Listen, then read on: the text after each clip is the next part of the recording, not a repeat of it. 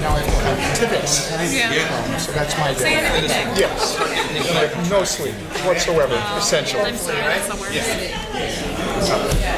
Well, hopefully, I don't know how many speakers we're going to have. Maybe it won't be too long. No, I couldn't be so lucky.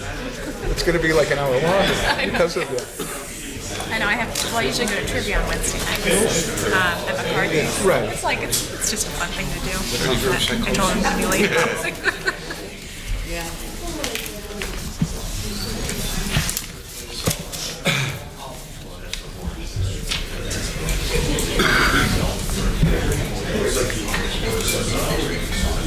What do I put? Director and just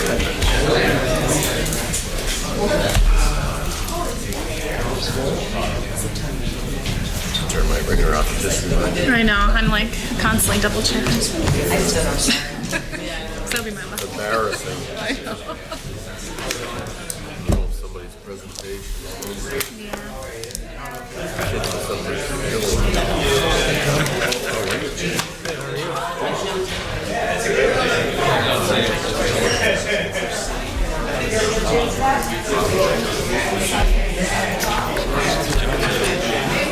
A little excitement tonight, yeah.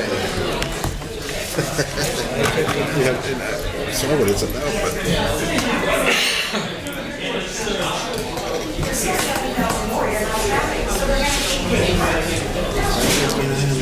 but 59.5 and counting.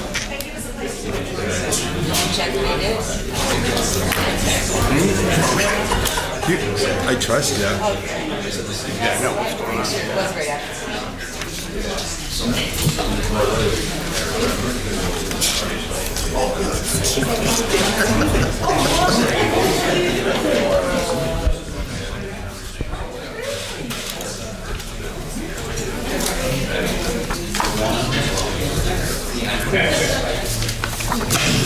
You're wonderful.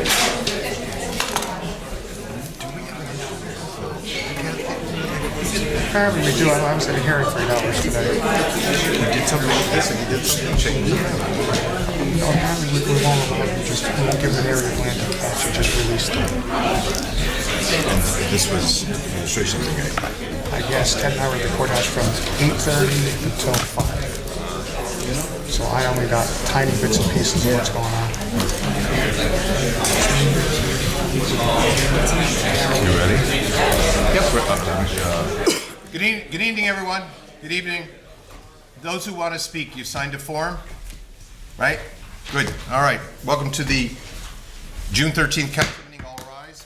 I pledge allegiance to the flag of the United States of America and to the republic for which it stands, one nation, under God, indivisible, with liberty and justice for all. Almighty and everlasting God, who presides over all things in heaven and earth, come and preside over these deliberations, so that those that make the decisions may be guided by your wisdom.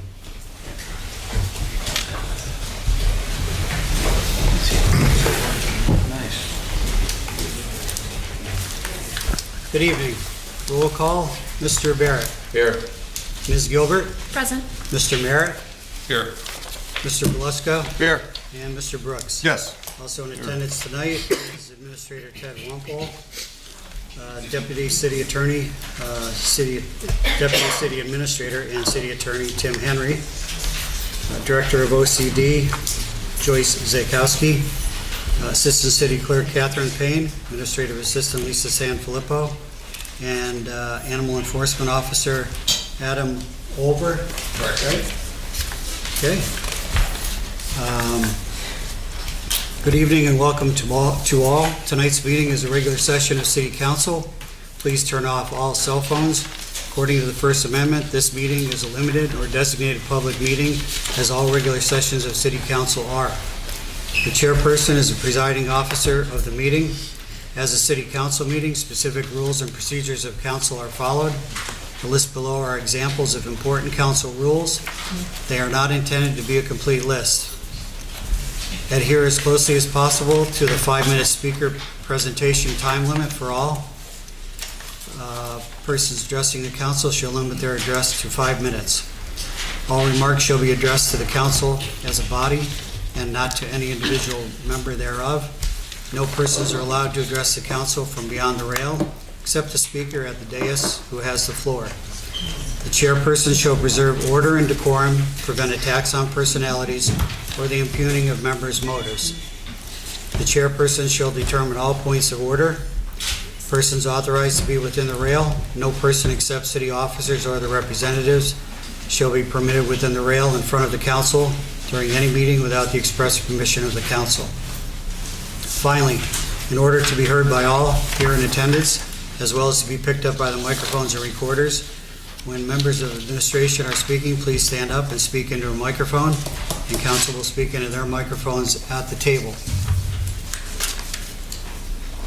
Does anyone from public wish to comment on legislation pending before council tonight?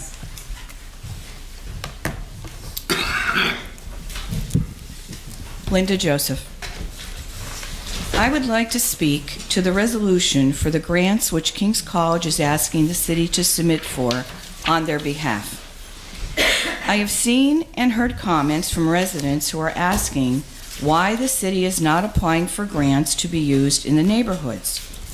I believe monies from grants and federal programs will be used toward the Spruce Street Park project, which is in the Rolling Mill Hill neighborhood, and the George Avenue Improvement Project in the North End neighborhood, just as examples.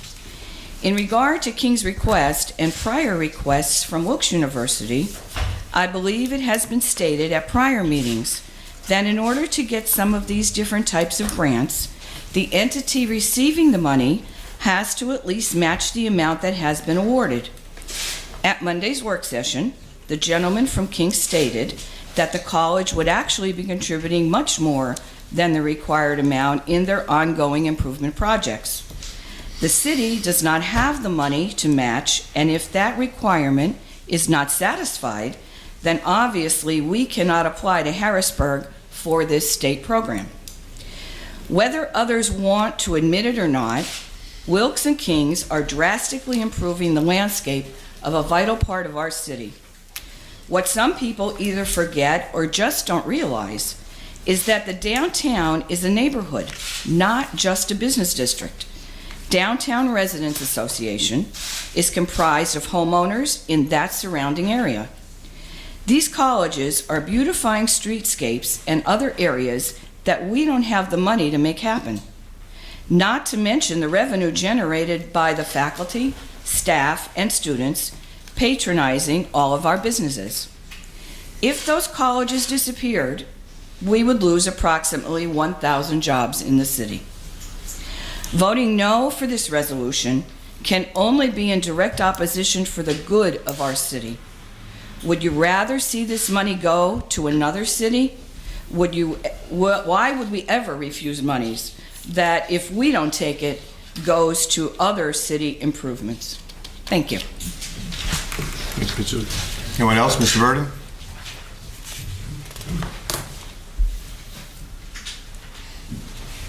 Okay, Jim Burden, Wilkes-Barre. Okay, this $3 million that you're looking to give to King's College and to these colleges downtown in the city.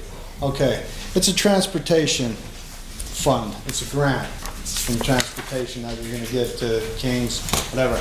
Our city streets could use that $3 million to be fixed up.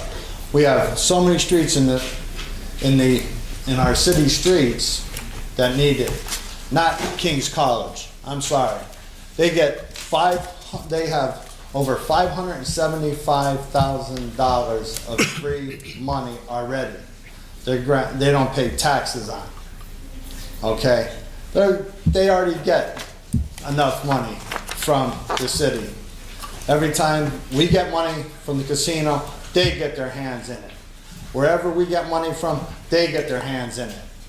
Okay, now they want $3 million for that, and then another $2 million to have it looked at, okay? For the redevelopment assistance capital program.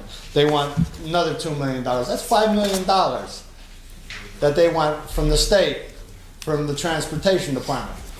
Why do we want to give them money when they make money from these kids coming to the colleges?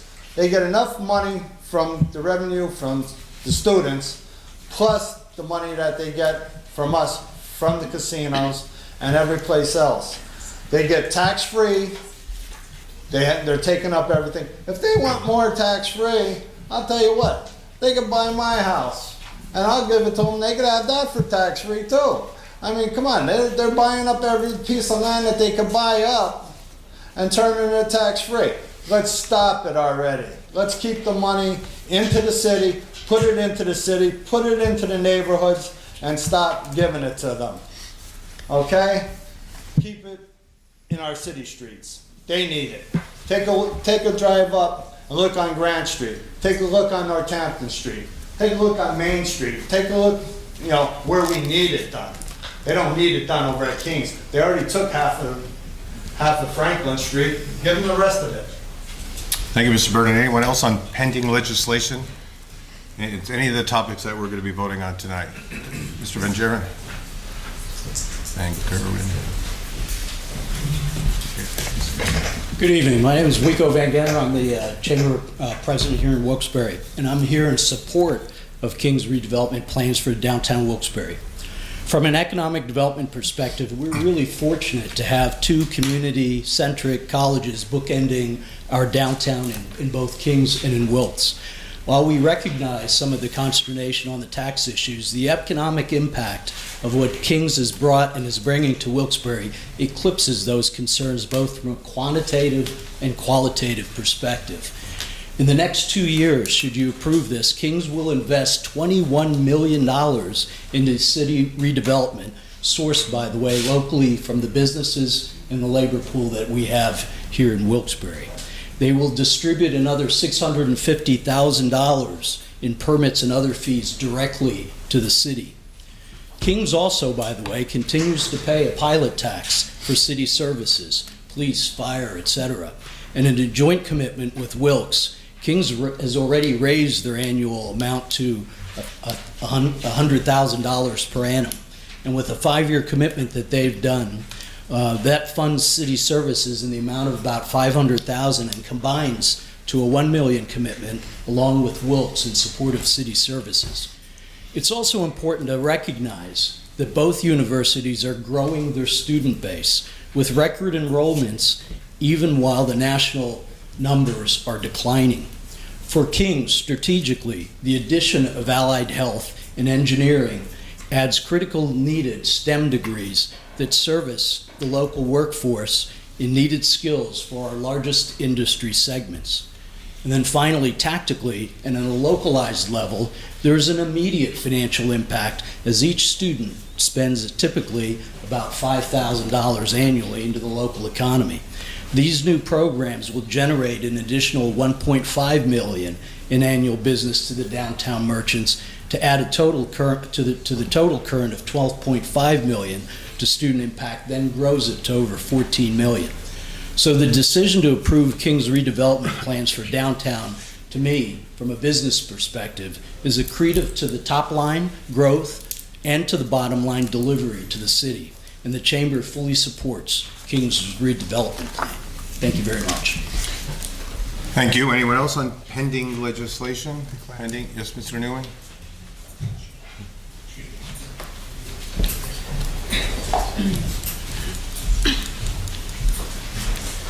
Good evening. My name is Larry Newman. I'm the Executive Director of the Diamond City Partnership, which is Wilkes-Barre's downtown management organization. I'd like to speak briefly to you in support of King's College's application to the state's Redevelopment Assistance Capital Program for the rehabilitation of the former Springbrook Water Company building and the former Times Leader building, as well as for its application for multimodal funding to support streetscape improvements throughout downtown's northwestern quadrant. Each of these projects serves to advance specific goals of the Downtown Action Plan.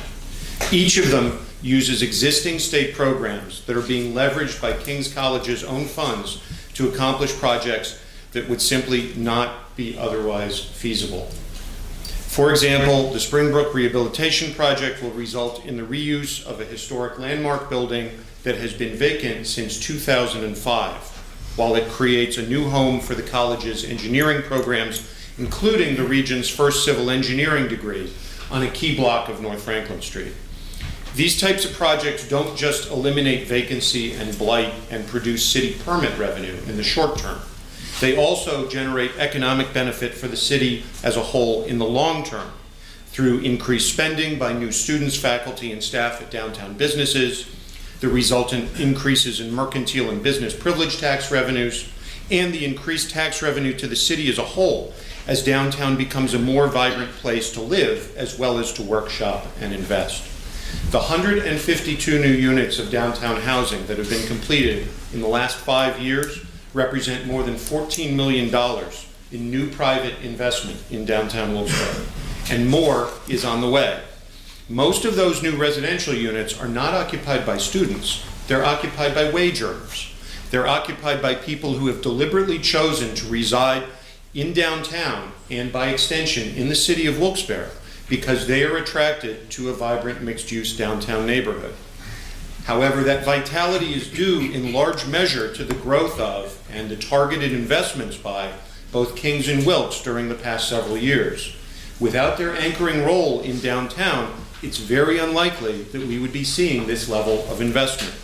The projects that are being considered today will help to continue that momentum. As a result, I respectfully urge City Council to support these funding applications. Thank you. Thank you. Anyone else on pending legislation? Mr. Stokowski? John Tulsky, Almond Lane. I'm not really for these grants. I have a problem with I don't think that the colleges give us enough money, and we seem to keep helping them and helping them. I said it before that every time that we help them more, it just emboldens them to buy more properties. They take more properties off the tax rolls, and then the city gets less services. And I think it's unconscionable that they don't, contribute to our police force. There was just, I think 2 nights ago, there was a robbery on corner of West River and Ross Street. Their campus is right there, so I don't think they're, they could have what security they'd like, but they're still not going to be able to protect every part of their area. So I think that we should really look at tabling this and sending a message to the mayor that we'd like to renegotiate their voluntary contribution. Because, if we're going to help them out with this, getting this much income with grants, they need to help the city out a little bit more. That's all I have. Thank you, sir. Anyone else on pending legislation? Okay, thank you. Mr. Ryan? Okay, we'll go into the formal business at hand. First is a consent agenda resolutions. A motion, second, and vote is needed. Motion. Mike Merritt. Second, Mike Belusko.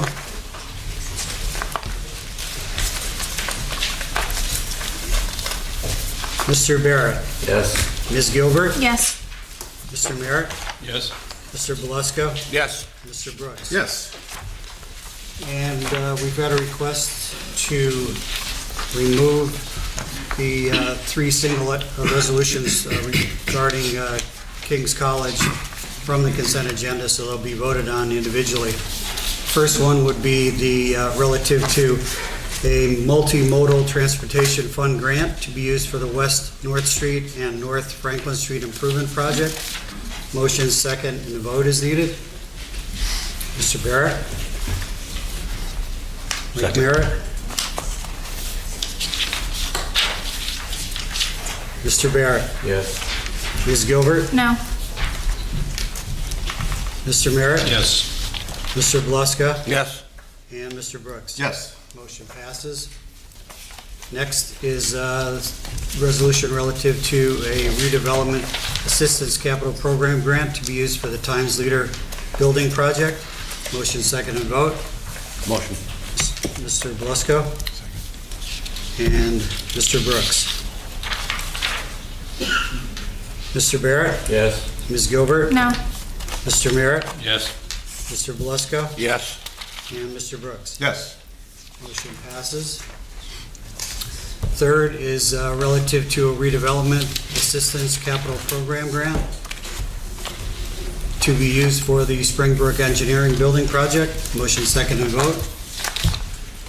Mike Merritt. Bill Barrett. Mr. Barrett? Yes. Ms. Gilbert? No. Mr. Merritt? Yes. Mr. Belusko? Yes. And Mr. Brooks? I didn't vote yet. Okay. But I do want to, Yeah, before, figure but I do want to say something. I want to applaud King's College for saving 3 historic landmark structures in this city. And it's about time we save our buildings. As you also saw, we got $80,000 for Iron Temple. I think everyone in this room knows preservation is my passion, it's my day job. We just saved the oldest house in Wilkes-Barre. And the fact that you are saving landmark structures, I applaud you, because we need to save our history in Wilkes-Barre. So I vote yes. Okay. Motion passes also. And finally, we have the consent agenda ordinances. Motion second and vote. Motion. Okay. Motion, Mike Belusko. Tony? Second. Mr. Barrett? Yes. Ms. Gilbert? Yes. Mr. Merritt? Yes. Mr. Belusko? Yes. And Mr. Brooks? Yes. Motion passes. Done with that, right? That's it for the formal Sure. voting. Okay, presentation by council members. Councilmember Barrett? Just a quick comment. Mr. Wampel and his staff have been extremely receptive to addressing complaints. I know, just as an example, I sent one early this morning about an issue in East End, and it was resolved by the end of the workday today. It involved an issue in the neighborhood up in East End. So my thanks to you. I know that your staff is running around as well as you are to address these many complaints, just want to say, keep up the good work. Thank you, and we certainly appreciate it. Thank you. Thank you. Councilwoman Gilbert? Yeah, just a couple of issues, Ted. There's a dilapidated property on the corner of Reese Street and Wayne Street that's been empty for a few years now, and the grass is pretty high there at this point. I'm sorry, Reese and Wayne? Reese and Wayne. I can't see you typing, so I don't know when you're done. Yeah, I know. Also, there's a lot of potholes on this one block of South Mead between East Northampton Street and East South Street.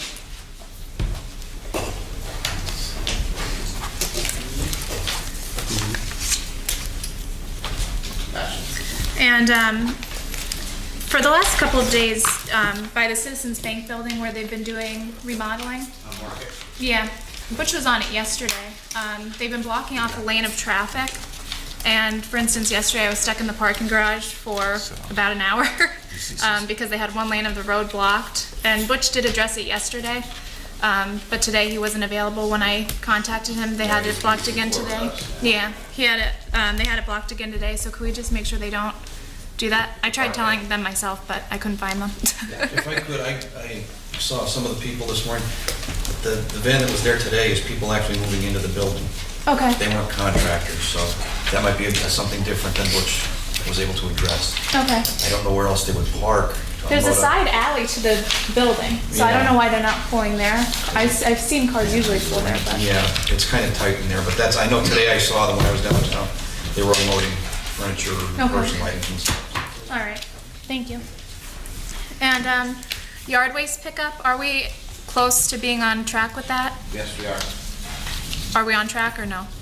I don't know how they did today. Well, I know mine wasn't picked up yet today. Because I said we were in, Butch was with us all day, so we didn't get it. We were in court all day, but I'll check with them. I know they're really close, so that. Okay, that's all I have. Can I ask one quick question? Nobody up there? Was it Lehigh Street wasn't picked up? Yeah, no one was picked up on Lehigh and South Mead. That's all I have. Thank you. Councilman Merritt? Nothing since Tuesday, Tony. Thank you. Thank you. Councilman Belusko? Ted, could you give me an update on what's the latest on 126 Carlisle? We'll find out for sure. And pothole by Furwood Church on Old River Road. I know the one you're talking about. Thanks. That's all. That's all. For mine, I want to wish Councilman Gilbert a happy 24th birthday. Happy birthday. Thank you. You know, Wilkes-Barre for a long time suffers from brain drain, and we need to keep young people in the city, and we need to keep people like Beth Gilbert here because all the great things that you're trying to do. So I know you and I have different styles, but we have the same mission. And I want to talk about the newspaper article that was in today about, working towards some streamlined system of classification of these buildings that when I go to a neighbor, I can just tell them, hey, that's tied up in court, or this is a HUD property, or, and I thank you, Joyce. I know you're going to come September to come speak to the Rolling Hill group about the different ways that the buildings and why some take longer than others and all the mess that it seems to be. So, good. I'm glad we'll work on that. Okay, time now for public discussion, and I think we're going to have a nice discussion. So first up is Bonnie Harris, or Benny Harris. Hi, Bonnie. Come up and state your name and tell us where you live. I'm Bonnie Harris. I live in East End at 40 Hillard Street, but I'm talking about a property in the Rolling Mill Hill section, Iron Triangle right in there. The property at the corner of Grove Street and McCarriger Street. It's right now just an open lot. It was supposed to be part of the project that was recently completed, and I'm wondering what's going to be done with that property, because right now it's overgrown with weeds, there's stones in it, there's wood in it, and it's just there. Okay. So that's Heritage Point property, that's where the playground's going to go, correct? Yeah. So that apartment complex is building a playground there, but if it's overgrown, we will make sure that Heritage Point goes and cuts it. They have a full-time manager there that we can contact. Playground? A playground for kids, yes. And the playground was zoned and was not part of the original plans when... Yeah. I think there was an agreement. It was part of the settlement agreement. Yeah. So the public was made aware of that, the neighbors were made aware of that? Yeah, certain neighbors challenged that development. The development and the development as it was proposed. Right, and there then- was not a playground in the original proposal. There was not none of the neighbors were notified. The property owners that are right there were not notified of a playground being put there. Yeah, I'm not sure who was notified or who wasn't, but I do know that the playground was part of this settlement. That was part of the settlement agreement reached between the neighbors who filed the action against the development and the developers. And what type of playground and what, I mean, the property that I'm concerned about is like right next door. So I want to know what's going to be, there's going to be basketball courts, are there going to be swings, or what's going to be? It's actually very small, there's going to be some green space. I think I have the plans in the office, if you'd like to come and take a look at them, you're more than welcome. I think there might be a total of like 3 or 4, one is like the little rocky thing. Is it going to be fenced? That I don't know. Is it supposed to be fenced? Is it going to be, I mean, how is it going to be? Basically what it's, I think. So it's not going to be a public playground? Yeah, Yes, it it's would. public. Yeah. It will be. Not just for that? Right, it'll be for everyone. I think the agreement was way before our administration, if I'm not mistaken, but basically we continued out that agreement. We are to get a playground back, and then we are to care for it afterwards. So that was the agreement. Going forward, after that's resolved, the city is no longer going to be participating with HDC. We have different plans for the home money this year. So, but we need to fix that. So that's all on them though. We're not paying for that playground. We're not doing anything. We will maintain it after. But it's like there's like 4 little things to do and then a green space maybe with a bench or something. It's not really. How do I get in touch with you to see the plan? After I'll give you my I'll let you know after. Okay. And you'll be more than welcome to come. Okay. Okay, thank you. Thank you. Joe DeBasi? Hi, Joe. Joe DiBiase, live on Carlisle Street in Wilkes-Barre. Welcome. I want to know about the fire department in the city of Wilkes-Barre. That is supposed to be a free service if you're a taxpayer, am I correct? Yeah. Finish, you give a presentation, then we'll answer your questions. Is that your only question? Yeah. That's it, 0 questions. Nothing else you want to say? Okay. Yes. It's a free service, right? You're a taxpayer in the city of Wilkes-Barre. Generally, yeah. Why do we pay taxes? For that service, yeah. For that service, sir. Right. Yeah. Okay.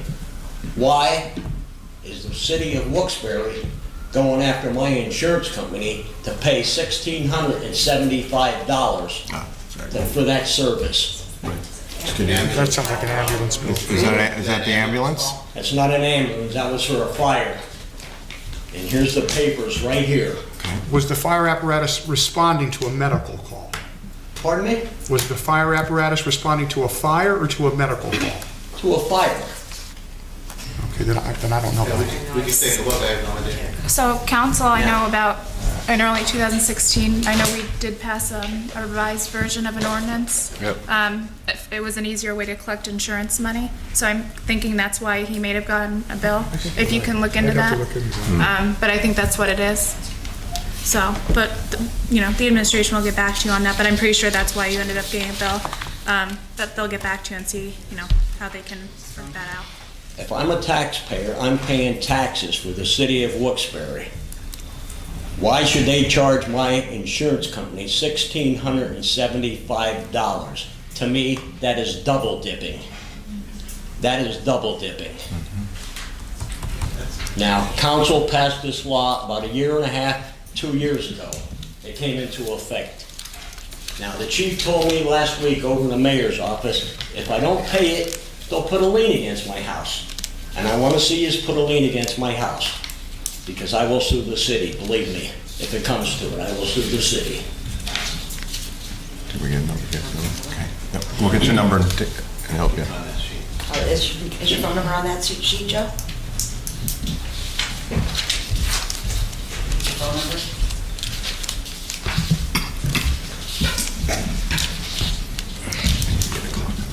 I need to get a clock in the back of it. Both sides.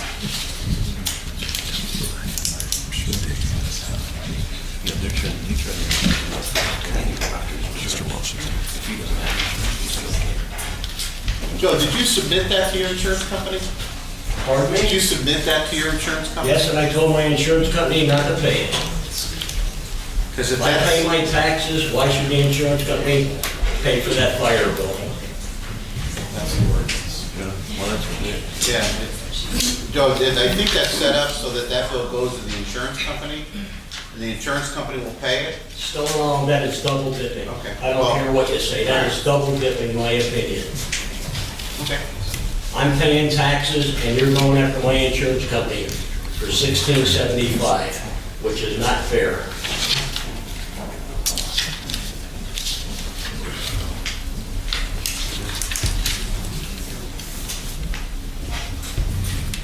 Right, so, okay.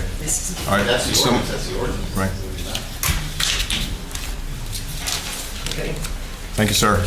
Got my copy back, please? Yeah, She's making a copy. Oh, she's making a copy. Thank you, sir. Mr. Walsh? Mr. Walsh? Yes, sir, you. Mr. Walsh?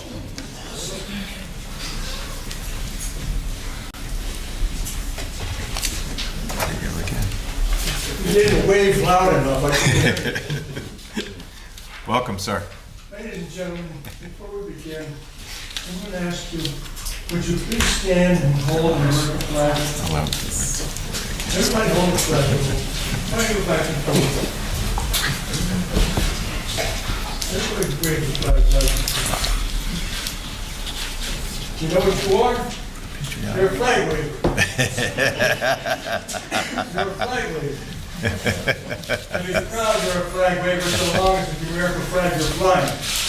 You're waving, rather. Be proud of it. I am. People.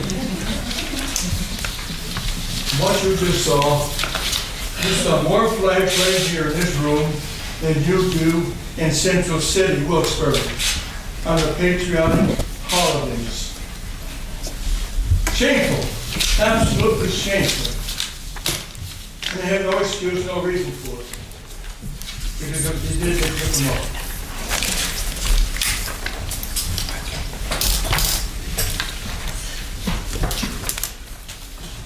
What is it about our flag that seems to annoy you or something? That no effort is made whatsoever I've never seen any fund or notice in the newspaper or what have you, asking for funds to purchase flags, to honor those who sacrificed in order to keep our country free and for that flag to continue waving. There's no excuse for it. You don't have a reason. Oh, you make excuses, but you don't have a reason.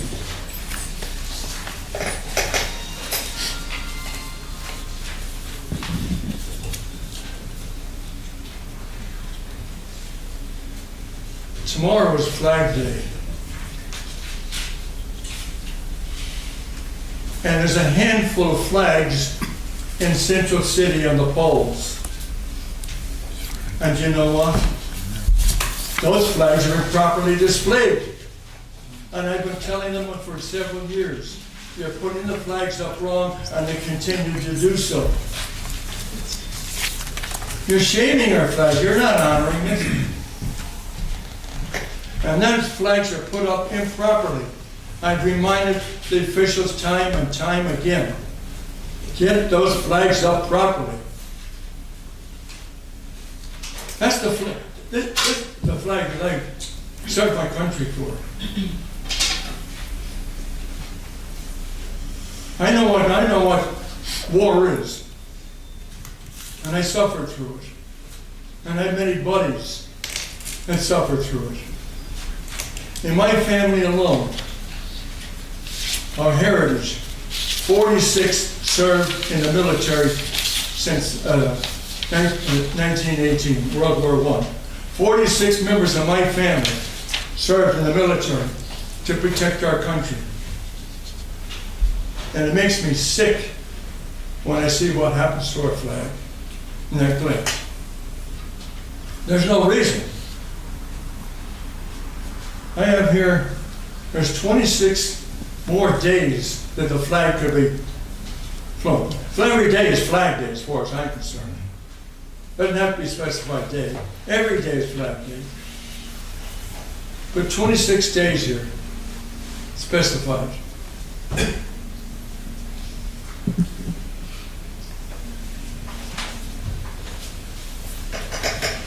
Now, give me not an excuse, give me a reason why the flags aren't put up in the city, and why, when the few that are put up, are not put up properly. I took a ride down through Public Square, down the streets the last few days. There were 2 flags from Public Square to Blackman Street displayed. 2 flags. In Public Square, there was 2 flags displayed by business people. 2 by the business people. South Main Street, none. Does this country mean anything anymore? We're living in a free country. How long is it going to remain free if we have this attitude? Yes, it is a symbol, but it has a feeling. The meaning is what counts. That's what counts. What it means. The flag of the United States means everything in our nation that is good. And there's no reason why it shouldn't be displayed. And excuses there was no excuses. None whatsoever. And then when they put them up, as I said, they put them up improperly. Why can't they recognize that they're putting decorations up in different places throughout the course of a year? Can't they recognize what a flag might do or what certain things might do if they're not put up properly?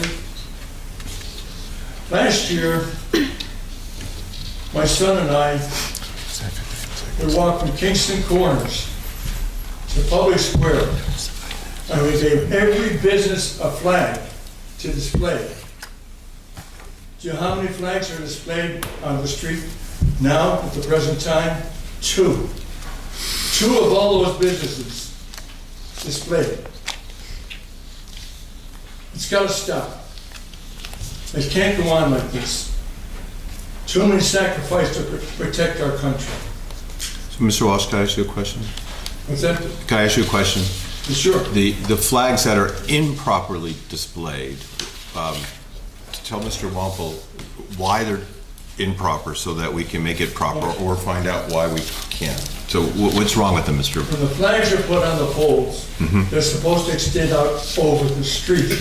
Okay. Not here. They have them extending in towards the buildings. So they're over which the is sidewalk. It's improper. Okay. They're supposed to be out over the street. Understood. Mr. Wampel, can we look into that to have them properly be displayed? I've even mentioned Okay. Mr. Wampel Sure. several times. And they still continue to do it. We'll And as I rectify said, that, sir. A number of years ago, we organized a flag organization, and we bought 300 American flags to put around the city. There's not one of them left. And when they were stored, after the first year, they were stored on top of a pile of junk. I saw them up in the garage and said, So I would ask another question, Mr. Wampel. How many flags do we have left? Have we run out of flags? Do you know? Majority of them were disposed by Okay. the Boy Scouts Right. properly, I think last year or the year. All right. So remember, Mr. Walsh, when I saw you this week, I said, I couldn't hear it. when I saw you this week, remember I said I want to get your signature, because I wanted to find out if we clearly ran out of flags. So we have now run out of flags. And I want you to, remember we appointed you as an honorary chairman and we're going to do a fundraising campaign and I'll come up and get your signature and we will do that. And I'll make sure that the flags that we do have now, albeit few, that are properly displayed. Okay, sir? I'm not the one to do it. No, I just want your signature on a fundraising I was letter. over at the 109th the other day. Yep. I was talking to a captain on the 109th, and they described it the way the flags were being put up on the poles. He said it's wrong. Okay, we'll take care of that, sir. Why don't you approach the Marine Corps, or the 109th, and when they're putting the flags up, direct the people who are putting them up how to do it. Don't do it if you don't know what you're doing, Right, I understand. Okay, because you're disgracing our flag. thank you, sir. All right, thank you for your time. Thank you very much, and for your service as well. Speaking of service, Jim Burden. Thank you, Mr. Wall, for your service.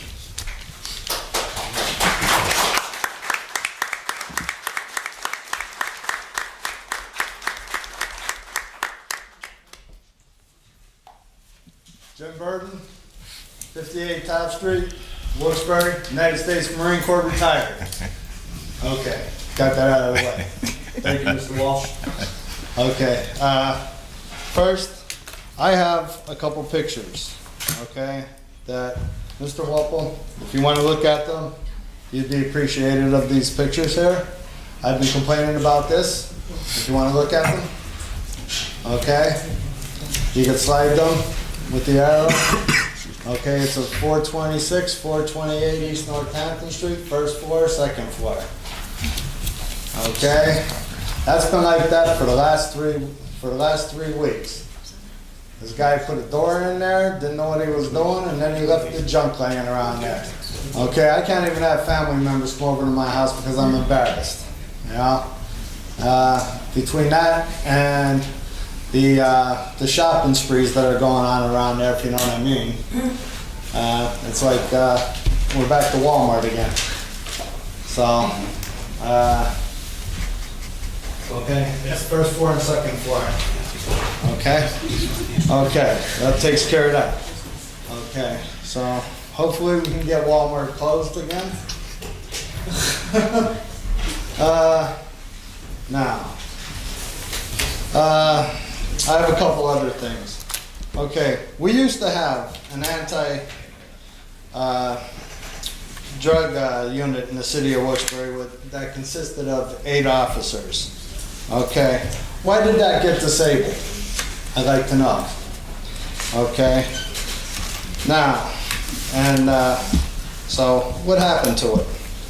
And then our cameras that we used to have in the city, okay, they used to be, you know, serviced and everything.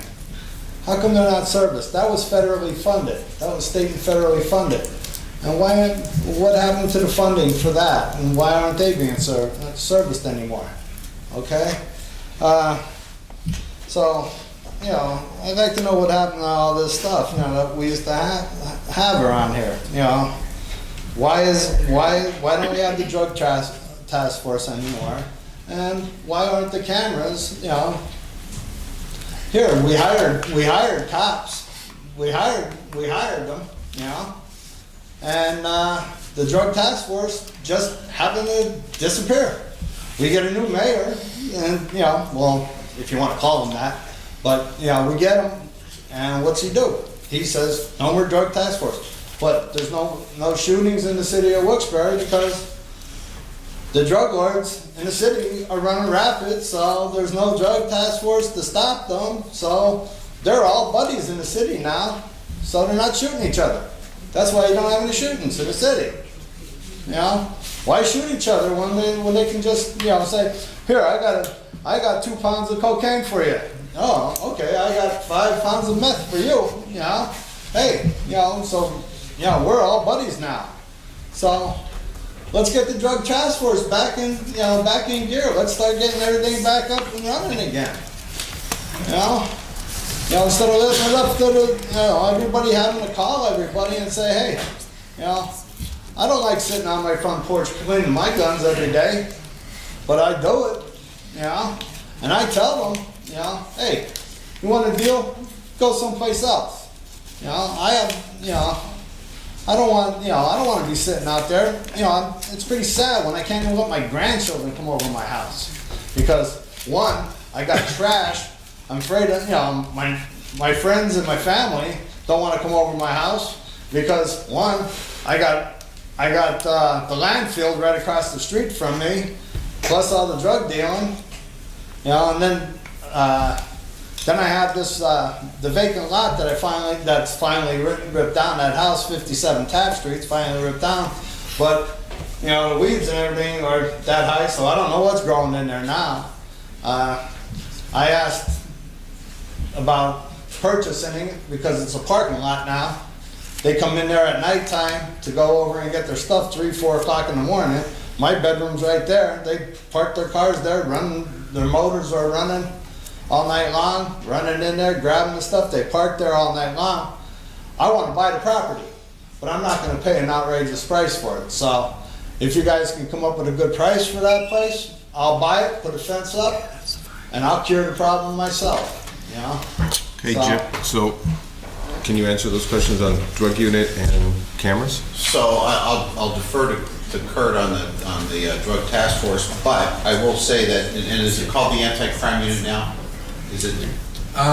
Yes. Yeah, so that's, because I have an incident report from Commander Coffey regarding a sweep they just completed, and it references the anti-crime unit. So it may not be called the drug task force anymore, but there is a unit that's focusing on the drug trade. As far as the drug task force itself, it's not a countywide drug task force.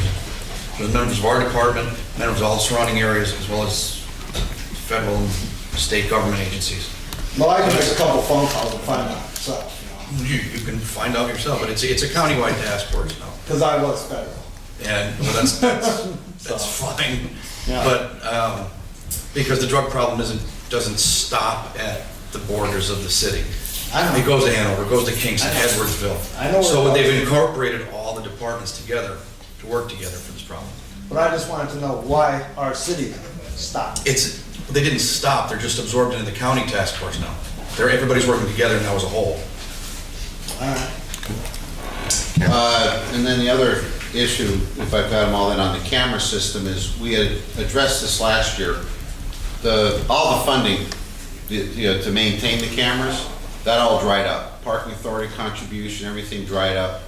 The cameras, there was about 300 some cameras, without going into all the details on why we did what we did.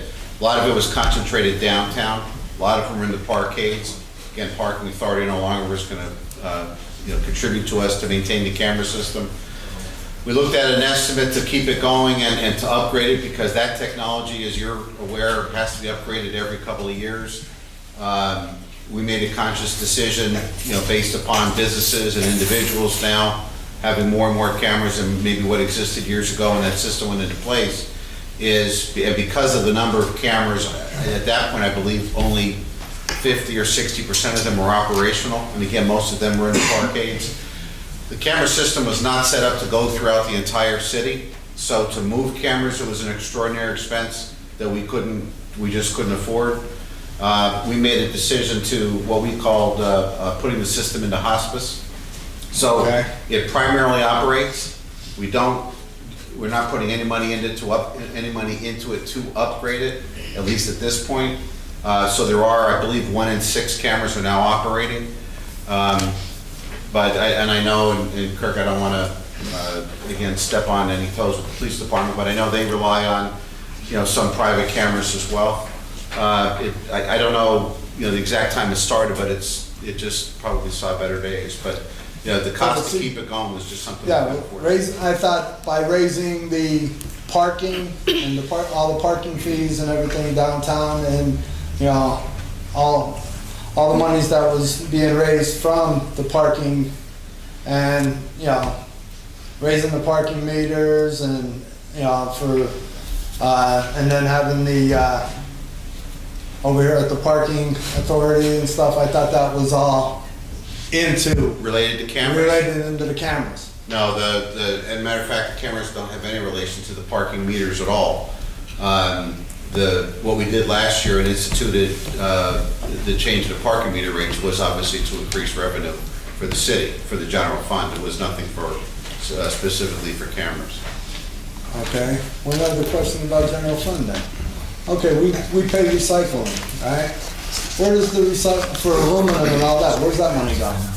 In the general fund.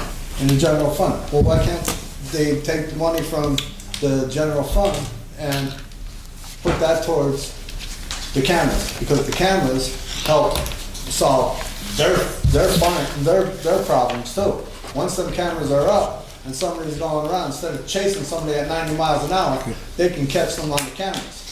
Yeah, so, and that's a good conversation to have with the police department. I don't know if the lack of available cameras with the Hawkeye system, impedes their investigations at this point, because I think they do sometimes rely on private cameras from residences and from businesses. Yeah. But certainly, if you take the money from one area to put it towards something, you create a hole in another area, and that area would have to then be filled as well. That would be like King's College. No. Are we Thanks, Jim. Sorry. Are we actively looking into new camera systems? No, Beth, the cost on that right now, and we can have that conversation, especially with Commander Coffey, but it's as you remember when Hawkeye first came out, it was an extraordinary expense, and it's not only to acquire it, then it's to maintain it, and you're looking at a couple $100,000, and that's just something we. Can you get state funding back on it? You may be able to get funding. You may be able to get funding to purchase it, but you got to maintain it, and then. Well, that's where the state and federal funding comes. Jim, please. So right now the city doesn't have a fully operational camera system? The system wasn't fully operational for the last several years. There are some cameras that are operating, but it's also under old technology, so they can use some of the cameras if they need to. But no, we've not put any new cameras up, and there are some cameras that are now basically on the fritz that we're not going to be replacing. We'll have a separate conversation about it, but don't you think this should be a priority under law and order? I mean, I know it's part of a larger conversation, but in my opinion, I think that's one of the most important things that we could do to help reduce crime in the city is to have literally eyes everywhere. Yeah, I mean, I don't disagree with that. I mean, that's if we could find funding to acquire it, then to upgrade it and maintain it, it is good. It is not a bad idea, but again, funding is key, and we can't right now where we are divert money from any other programs in the general fund. And again, I don't think the police would say that they're hampered right now because of the fact we haven't upgraded the Hawkeye camera system. Okay, thank you. Dr. Jerry Reisinger.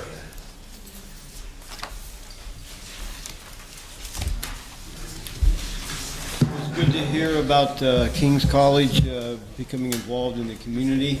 And I brought a great picture today that I took when I was coaching Wilkes University Rowing Club back in the early 90s. And I have a nice letter here from Alan Kirby. I sent Alan a picture of our rowing practice that morning, and he sent me a thank you letter and saying that this is what I really want to see for the city of Wilkes-Barre is development of the riverfront so that we could have professional sports like rowing. And he actually purchased this boat for us from Rutgers.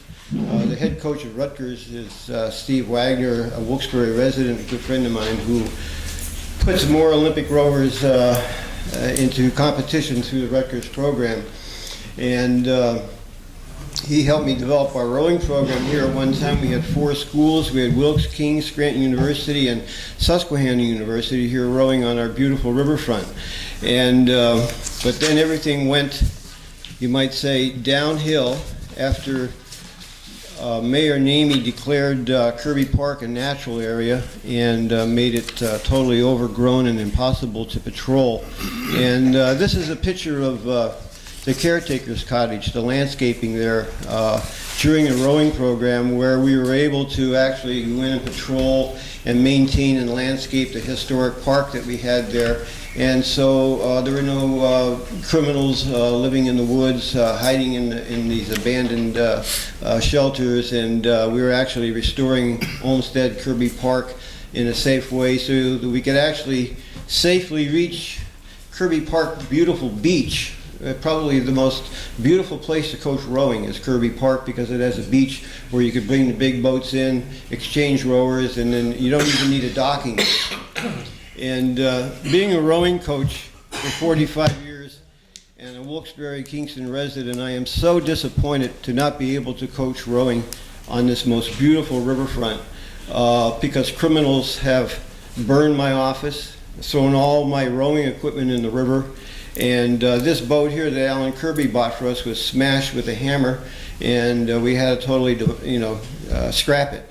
And so, currently I coach at Syracuse University, where I've been invited to work with the rowing program, the Olympic rowing program, and I coach an all-Native American rowing program there, the Onondaga rowers, and I also coach out at Harvey's Lake with the Wyoming Seminary rowing program, who would love to row downtown. But I told them, I said, it's just too dangerous.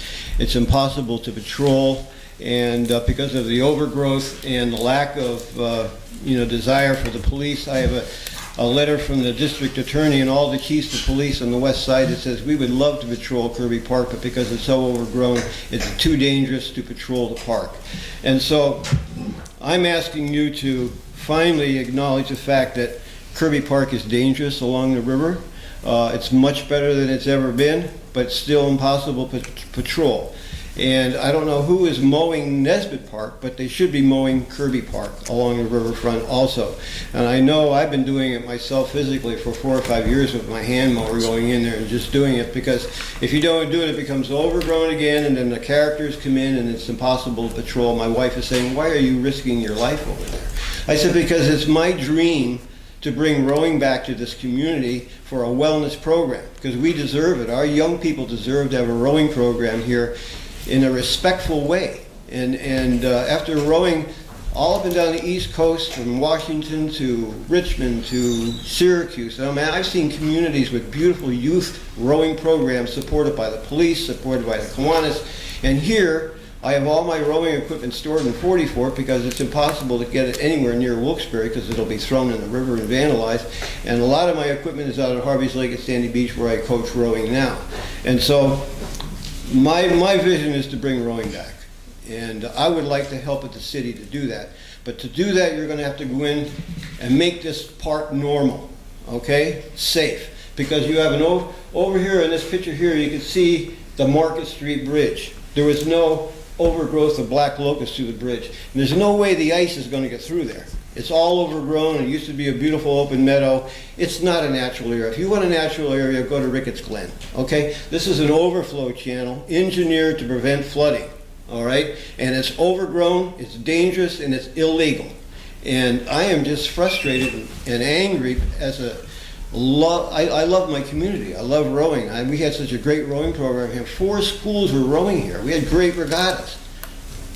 The last regatta we had was in 2006. All the equipment was thrown in the river and the office burned. What can I do? Can you help me? Thanks, Jerry. Any comments at all? Boy, I would love to see rowing on the river.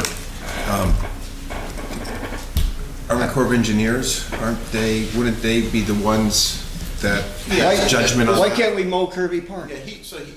Obviously, you know, this has been an ongoing Yeah. problem that we've had. Butch keeps in contact with the flood protection authority. There are some things we can and cannot do over there. We did meet with Aaron Copper, and we actually have to get information back to the Kirby Foundation that asked for some updates that I explained to you, Dr. Rice. Yeah. It's something that we can, keep an eye on, but we are limited. I think, and I know where he comes from. He wants to do more than, I think Butch said sometimes we run into an issue as to, there's a disagreement between the Flood Protection Authority and Dr. Reisinger as what that area is. Well, it's an engineered overflow channel. I mean, designed by the most brilliant engineer in the world, Olmsted, said we need to have the water flow through here. And it's obvious all the ice ended up in Nesbitt Park because it was an open meadow design.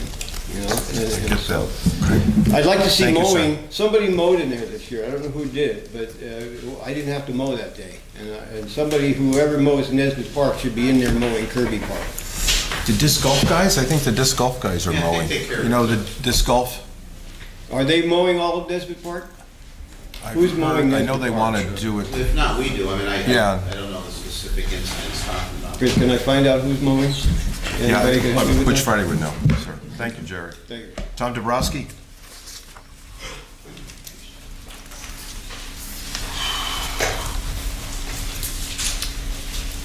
Tom Dombrowski, property owner, 225 Jones Street in Wilkes-Barre.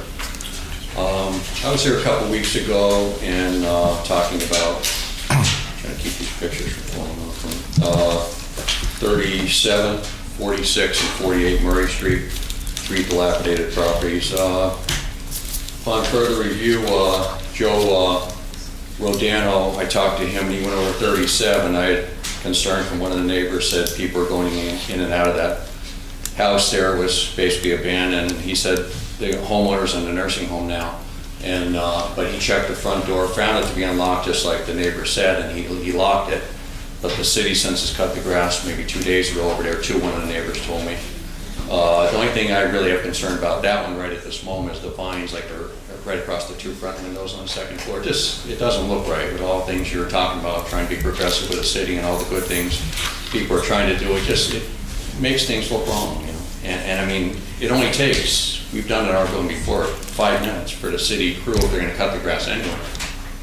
Take a utility knife, cut the vine at the bottom, pull them up right at the same time. In 5 or 10 minutes they're off, And if you have the authority to cut the grass, I think you have the authority to get the vines out. So what I'm saying is that one I'm going to try to investigate a little bit more on, see if there's back taxes owed or whatever, just for the hay of it and see what I can find out on that. But primarily my focus now is on 46 and 48 Murray Street. And I have packages here I prepared for one here. Joyce is here today. She wasn't here last time I was looking for her. But I have one for her, one for, here's one for Joyce.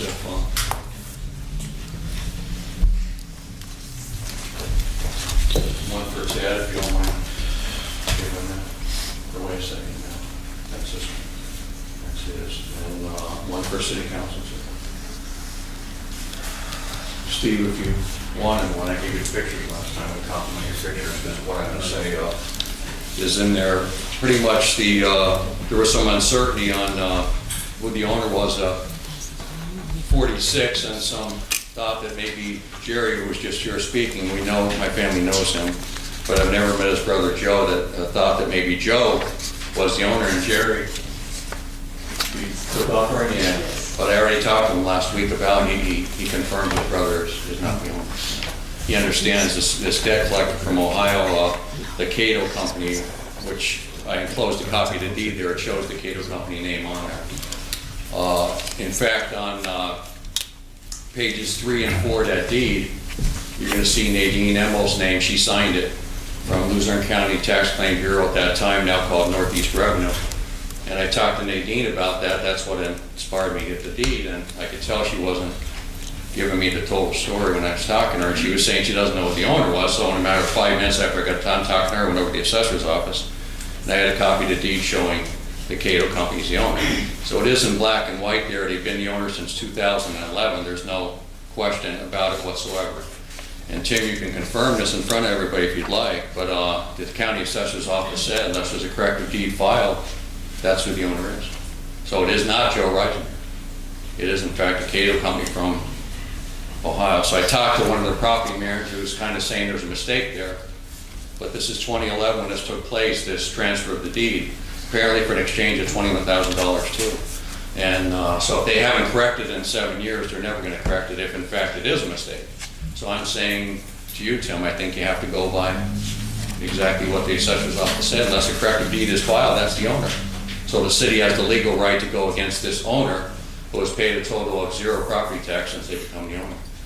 In fact, the total property tax paid since January 1 of 1998 is a total of $0. So in the meantime, we're 30 feet away. I paid $300,000 in property tax in the last 12 years. They paid 0 in 20 years.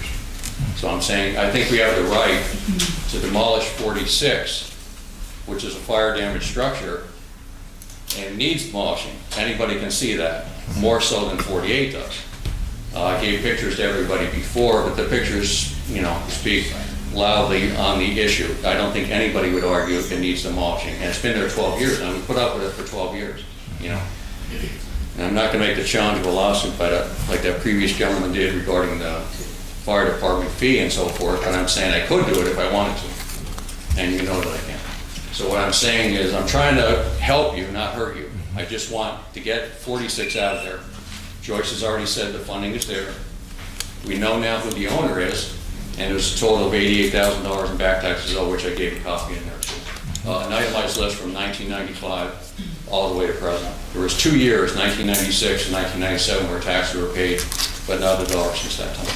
So I mean, between the back taxes owed, the fact the fire was there, and the fact that we now clearly know who the owner is. I mean, the city really has no reason to do anything else but do the right thing legally, the way the steps you would have to take, which I'm not sure of the exact one, but I have a pretty good idea, and then go ahead and demolish it. So Tom, I just want to acknowledge, thank you very much. It's a lot of yeoman's work that you're doing, and I'm sure we all appreciate it. Is there any comments, anything you want to say? We did actually cite that property, I believe I'd make. To the Cato Company, to the correct owner? Yeah. Not to Reisinger, right? No, I believe I don't know if it was Joe. The correct owner's got to be cited. We would normally check our assessor's office, find out who the owners are, and then that's who we would cite. And we get it's either monthly or quarterly, where the county sends over copies of all the deeds that were recorded in that time period. Possibly a corrective deed. And then our assessment office would enter those new owners in.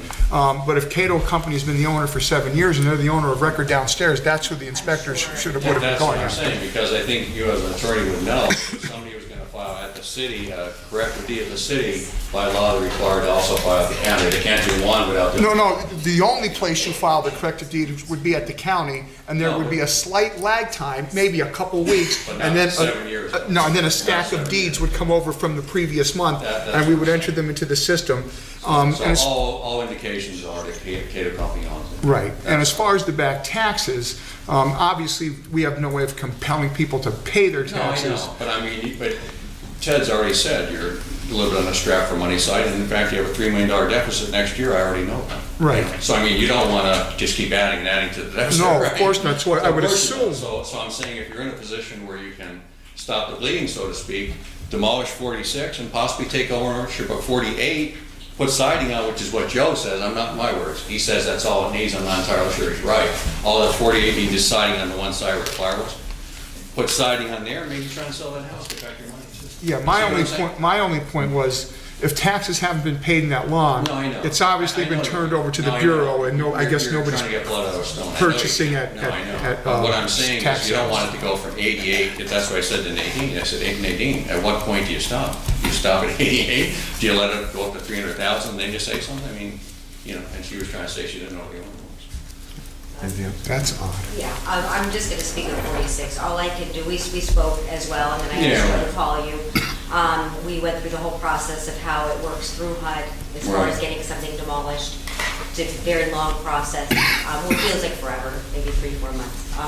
What I can do is check with Joe, see how many sightings are required because they don't know that rule. Right, 2K. Once that's done, right. what I can do is send the engineer, which would be the first step, to let me know if it's deemed unsafe. If it's deemed unsafe, then we can go from there, as long as there's no insurance. And if they haven't paid back taxes, I'm sure there's no insurance on it. Right, there's rodents living in there, so I know that. We're 52 years in the real estate ban. I'll tell you why, one short story. I know I'm over my 5-minute limit, but here's why. If you have an unoccupied house anywhere, after about 3 months, and the U-traps for plumbing, that's kitchens, bathrooms, toilets, have no water, the rodents from the sewer line come backward and into the house. Right. That's the whole point of having running water. It keeps them in the sewer system, not in the house. So when you're now 12 years after the fire, if I walk in there tomorrow, you're gonna have a $2,000 or $3,000 or $4,000 extermination fee there. At 48 and 46. So even if you save 48, pencil on 2,000 for that. Thanks, Tom. Thank you very much. John Sikowski? I just want to say thanks to Tom. I know we've been in contact, pretty frequently regarding these properties, and I just want to say, again, thank you for all of your work on this, because I think that if it weren't for you coming forward and really pushing this issue, none of this would have been, wouldn't even been started yet. So, and I know that, what it's like to live next to a property like this, or own property next to a property like this, and, I hope that your action will prompt action by the administration and that we can finally get this done. Yeah, So, the blighted thank you. properties don't help anybody. And in fact, I took pictures of what you already said last meeting, Ted. I'm not trying to point fingers, but you already said 311 to 313 is scheduled for demolition. I already have pictures right here with me, which I don't want to pass out now. I'm past my limit, but it says on there October 2nd and 17 on the yellow notice on the door. So they're now 9 months. If you figure 2 or 3 weeks from now with demolish, you're already getting bids. That'd be 9 months after the fire that was demolished. We're now 12 years waiting. So I mean, if the HUD process is a little bit of a process, after 9 months they're going to accomplish that, and we're still waiting at 12 years. Thanks, Tom. John Sikowski? Okay, happy birthday. Bye. Thank you.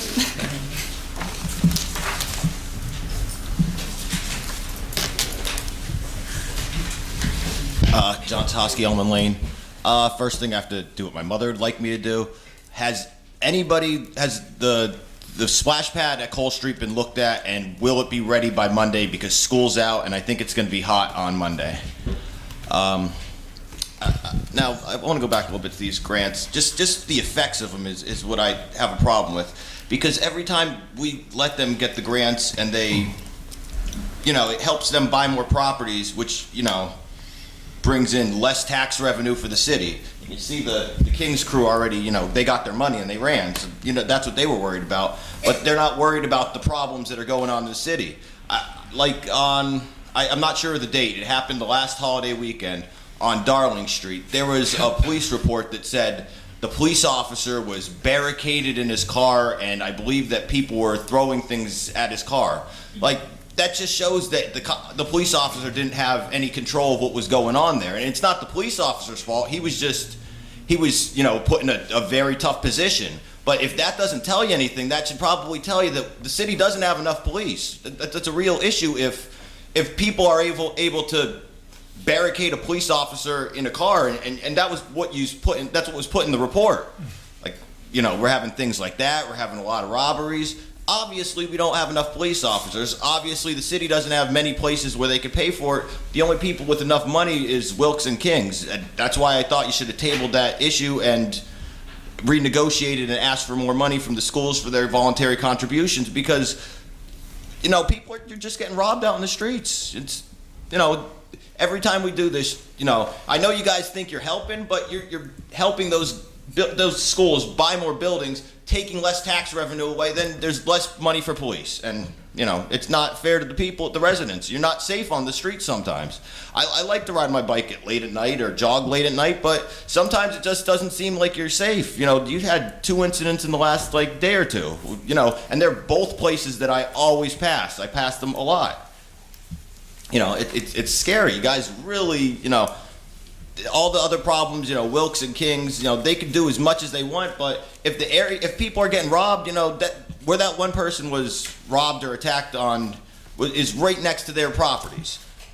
that should ring a bell to them. Darling Street is 2 blocks away a block or two away from King's campus. These things aren't happening just in the neighborhoods, they're happening right next to them. I'm sure eventually those kind of problems are going to end up to the colleges. They're at least have their own personal security. I jog down there, I see them, I jog in that area just because I know that there's somebody armed there. So if I am getting robbed or attacked, at least I know I have a chance that somebody's going to see me, because the cops, I'm not attacking them, but it's just that they're so sparsely over the city.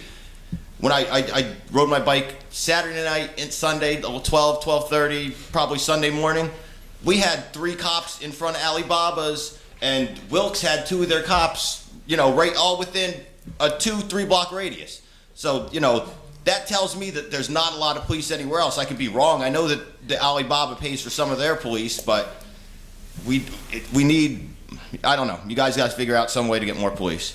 Also, it's the old theater, East Thomas Street and St. Clair Street, I believe. Somebody take a look at that. I've seen about 50 or 60 cats. There's tons of cats. You really need to look at that place. That's all I have. Thank you. Thanks, John. You'll do the cats, right? And splash pad. Do we know? I do know Dave Lewis has been working on that for at least the last week and a half, so I don't know if it will be open on Monday, but I know they're working on it. John, in response to your comments regarding the grants and whatnot, I think that you raise a very good point. And that's coming from a graduate of Wilkes University. I wouldn't trade my education for the world. However, I think that, I agree with you that the colleges do need to pay up a little bit when it comes to local services. You raise an important point that Wilkes and Kings do not contribute to our police force or our fire department, or they don't contribute to any sort of DPW services, monetarily that is. So I think that that's something that we need to petition the state to enact, a fee on tuition for students, so that they can contribute towards our local services. I think that's very important, and I think that you raise a good point with that. So. Yeah, I don't want to take up all your time. Yeah, we really need something to be. I don't know. I just think that safety should be our first issue. I know the mayor, he's not here, but he ran on law and order, and it doesn't seem like we get it everywhere. I agree, and I think that we have great local resources that, while while they're already making a significant contribution to our city, I think that we can tap into them to make a better contribution in terms of public safety. So, thank you. Thanks, John. Brenda Buckler. Yep, we have them all. Okay, you want to do it all together? Is this?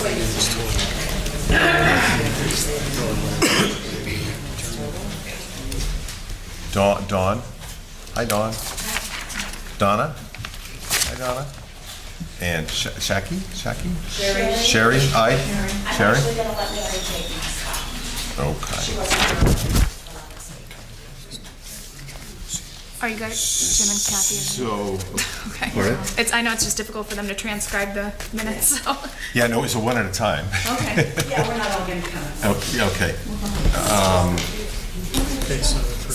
Go right ahead. Say your name. I'm here to issue about the cats that are being trapped in Wilkes-Barre.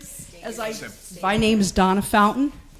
As I sat in the back for an hour and 20 minutes, I had seen and heard the issues about everything eliminating the police patrol for drugs. They eliminated that, like the drug patrol of people, and lack of policemen. And I do want to issue about St. Clair's, them cats that are there, they're all fixed. They are all fixed. And I would like to know why Wilkes-Barre is sending Adam, the animal control, out there to trap these cats and euthanize them. That is not the solution. You need to get on board with all the other townships, TNR, Jakin Township's on board, Plains, Hanover Township's on board, Plains is on board. That solution of euthanizing animals, you are trapping people's cats that are pets. And you said something about putting a collar. You can't put a collar on a cat because they could get caught in a tree, a branch, and they'll strangle it. A fence, that is not the solution. There is break off collars, but if they move a certain way or get caught, it comes off. Now, Adam is trapping cats that are family pets, that they let the cat out and they're euthanizing them. That is not right. There is a lady missing a cat in Wilkes-Barre for over a week. It's her pet cat. Now, Scranton is on board. Animal control, Katie, she's over there, she's on board with street cats. They are taking the cats to Nayox Zoo. They are fixing the cats, and animal control in Scranton, they're paying for all the animals. Instead of euthanizing them, they are fixing the cats. You can get rid of all the cats you want. If you don't fix them and you take all the cats out of that one area, more cats will come in unfixed. You can't take 1 or 2 cats out of St. Clair's and then go to Meade Street and take 3 cats, and Main Street and take a couple cats, because you're not solving the problem. You got to go and fix them. That's the solution. And Bob Linsky, he's the supervisor of Jenkins. If you want to know more information, contact him. He'll tell you. We've fixed cats in areas that were 150 cats. Right now, this was 3 years ago, they're down to 25. And we monitor them to make sure that, and these cats didn't ask to be there. These are irresponsible people. We've seen cats that are house cats, from kittens, dropped off behind shopping centers, behind Kirby Park. They can't survive. And you want to find people that feed them? Well, I guess you must find people that there's bird feed that's sold in a store. So you better go behind and find everybody that feeds birds, squirrels, because they're an animal too. Everything on this earth is here for a reason, and you can't eliminate it. I mean, I grew up in Wilkes-Barre. 40 years ago, I graduated from Coughlin. I'm ashamed to go through Wilkes-Barre. I wouldn't even come here in the dark. It's scary. I think you should worry about Sherman Hills and all these places that drugs and a gentleman that threw the 2 cats out of the high-rise and they were dead, killed them. Why don't you worry about the animal abusers and the people that are harming children, instead of going around and spending money on trapping cats? I think your priority should be somewhere else besides worrying about the feral cats. You need to trap, neuter, and release. That's the solution. Thank you for listening to me. Sure. Thank you, Dawn.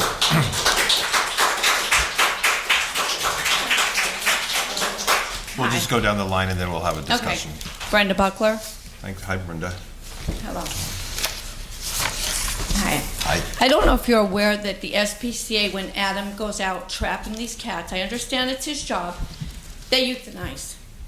They in the door, within 5 minutes, these cats are killed. People are missing their pets. You cannot say, don't feed them. They're not going away. We work with other municipalities with TNR, and it has worked.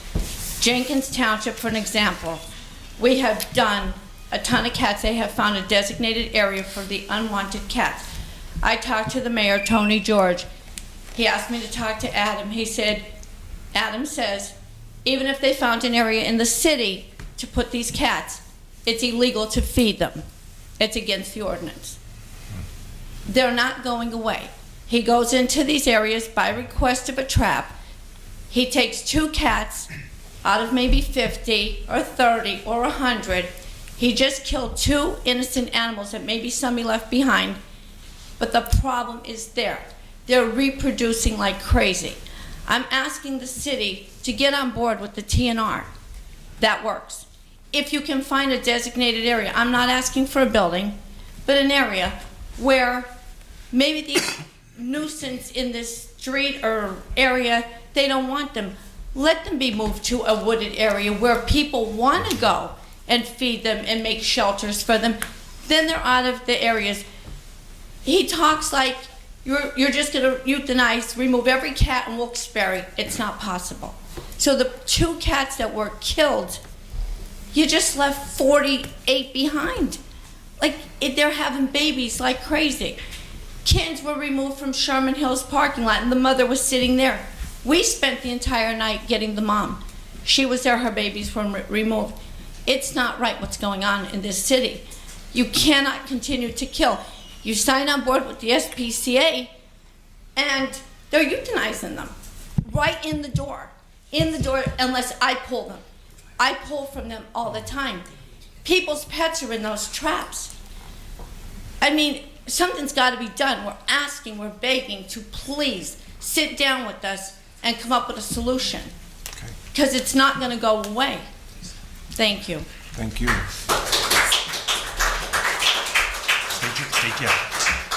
State your name for the Hi, record. Dawn Mendegral. Okay. I'm also on board for TNR. I work with Hanover Township. They actually allocated funds to do TNR in the township rather than to kill them. It does work. The problem is if you trap 3 cats in one backyard, there's 500 cats in a 1 mile radius that you haven't trapped. One male tomcat produces 2,000 kittens a year. One. So if you leave 10 behind, how is that working? Killing them is not the answer. It's not. I want to know if there's something we can do to work with you guys to do something humane. No, you done? Yeah, Well, I'm no, done. wait, then you go, and then we'll have the discussion. I'm sorry. Tell your name for the Hi, record. my name is Mary Chalipko. Mary I took Sherry's spot. I'm new to TNR, and I've just been involved in it the past few years. And in the past, when I was younger, my theory was get rid of them, they're a nuisance, they're dirty, I don't want them around.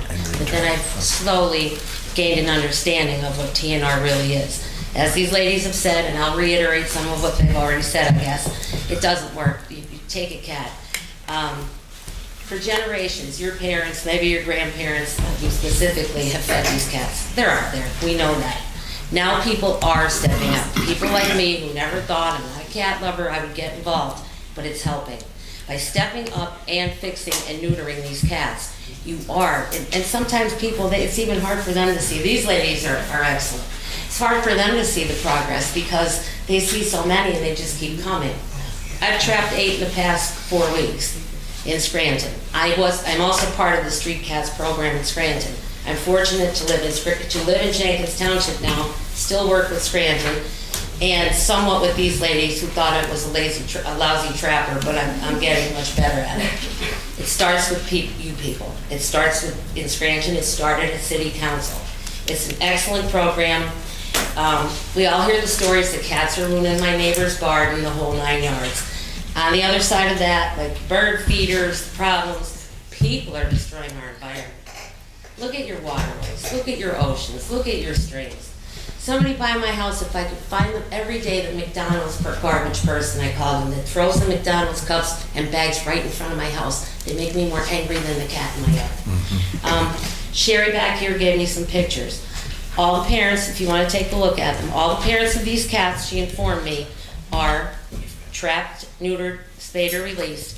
And these are the success stories of the kittens that she's found homes for every one of those kittens. It does work. I'm asking you as well. I'll volunteer to help and spend some time if anybody is interested in stepping up and helping with the cat problem. Thank you very much. Adam, you want to respond? Yes. Okay, so the first issue I'll address will be the euthanization thing. There has been 1 cat euthanized. 1 cat, that is all. It had a broken leg, and it was euthanized. Every single one of the other cats has been either rehomed, rehabilitated, or pulled. No, I'm sorry, that is not true. Absolutely, you're wrong. Wait, I'm sorry. Okay. So we're not lying. The SPCA sent out 50 cats to Illinois. They sent cats out to Indiana. The cats are being trapped, and so that handles the euthanasia thing. There has been 1 cat euthanized. We can get paperwork from the SPCA to show that. Number 2, that is not our goal, is not to euthanize cats. We only trap cats where they are requesting traps, where private property owners are requesting the traps. So we go out and we place the traps only on private property. That's it.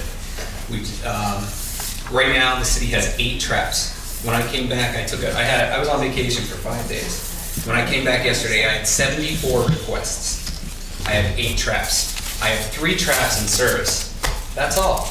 I'm not out there trapping cats all over the city like people are claiming. That's not what's going on. We have 3 traps in service. One on Cary Ave, one on Dagobert Street, one on Hillside Street. I have 5 traps in storage, and I have 74 requests as of yesterday. 75 because of Dagobert Street, which they believe that the cat possibly is rabid due to. Can I ask you a question? How long have you been animal control? About 3 months, ma'am. We've been doing this over 10 years. Okay. Let him finish. I'm sorry. Again, there are city ordinances in place, okay? As far as feeding the animals go, you can't feed the cats. Okay, that's not something that we can do. Here, I'll put it to you like this. Kill them. We're not killing any cats. Please, sir. But I'll put it to you like this. So everybody wants the colonies of cats, right? And that's okay. And they want to trap and release. What if we had colonies of dogs? What if there were colonies and packs of dogs around the city? There won't be.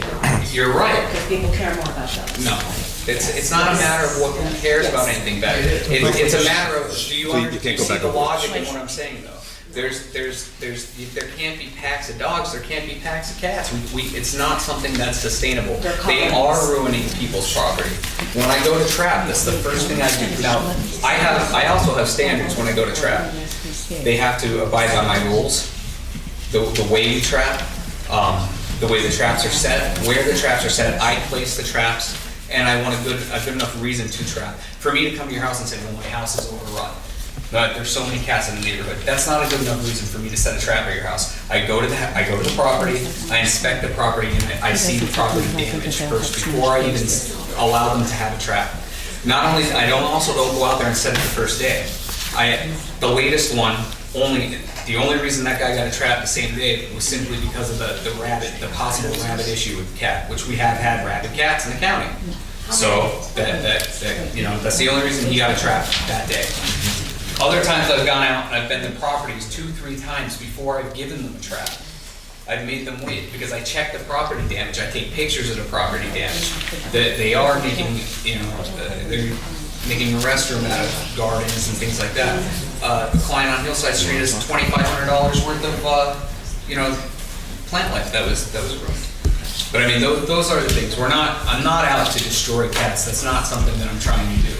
Okay, but we do have, you said they're people's pets, all right? Well, if they're people's pets, why are you letting them outside? There's no leash law for cats. There is. No, there's not. There is. It's actually called running at large. It shall be unlawful for any person who owns or keeps any animal to permit such animal to run at large in an area within the boundaries of the city. Any animal running at large in violation of this section shall be subject to seizure, detention, and disposal as provided section. So should we get the birds and the squirrels too? We've talked to property owners about feeding birds, pigeons in particular, on Jones Street and a couple other properties, and they've gotten the same warnings. I do not discriminate, whether it's a dog, cat, a bird, a lizard, a fish, it doesn't matter. If I have a complaint, I will respond and act accordingly. That is my job. Mr. Wampel, you want to say something? No. Have you met with these ladies? No. Can I please say something, Would it please? be good to meet and We've met before. Okay. Can I Wait, just I say just- something? We went into a building there that had 130 Wait, cats just let me. the night before we came in. The old URS building at 287 North Penn Ave, we were tipped off to 130 cats in the property. When we got there the next day, there weren't 130, but there were over the limit, and there were cleaning crews there all night. And, it is what it is. Please, can I speak? That was a place that was a foster for several organizations. It wasn't being hoarded with 130 animals. There was, right, they can't be on the street, they can't be in the building. This was a foster place in a commercial area. Okay, but what I want to say is, it's not true what he's saying about the SPCA. I pull from the SPCA. We both do. All of it. We're Whiskers World, she's Happy Hearts and Tails. When they bring in the cat that he brings in, they're going to be euthanized if we don't take them.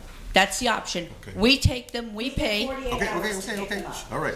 What can we do? Is there a happy medium here? Well, part of the problem is the ordinances, obviously. I mean, Yeah. and that would be up for council to take that matter up, but we certainly can talk to them. But, the problem is, if if anything's outside the ordinances and somebody complains, we have to enforce it.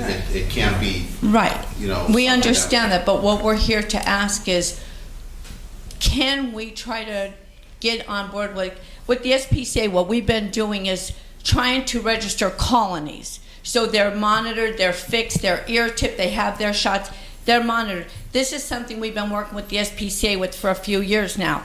And what's happening now is I just had a meeting up there.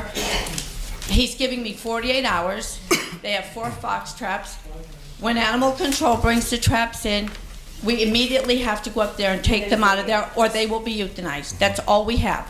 We have 48 hours, and only 4 cats they will hold, because that's all they have. So when he brings them in, the option is we take them or they're being euthanized. So the city is paying for these animals to be euthanized. They are not rehoming them, they are not rehabilitating them, and I should have brought Todd, the director, here to tell you that he cannot handle feral stray cats. Right. They have too many pets that are being brought in. So, thank you. Okay, so Adam or Tim, could you give me the ordinances that refer to this?